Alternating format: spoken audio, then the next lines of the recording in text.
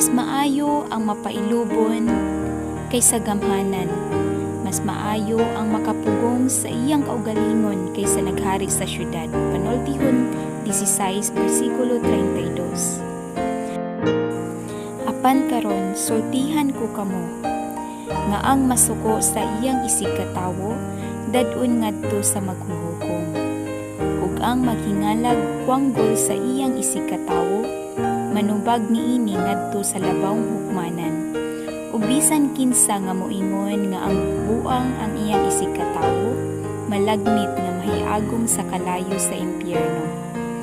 Mateo 5 versikulo 22. Paabuta nga ang Ginoo maoy molihok, paghulat kaniya uban ang pailog. Ayaw kasinahi ang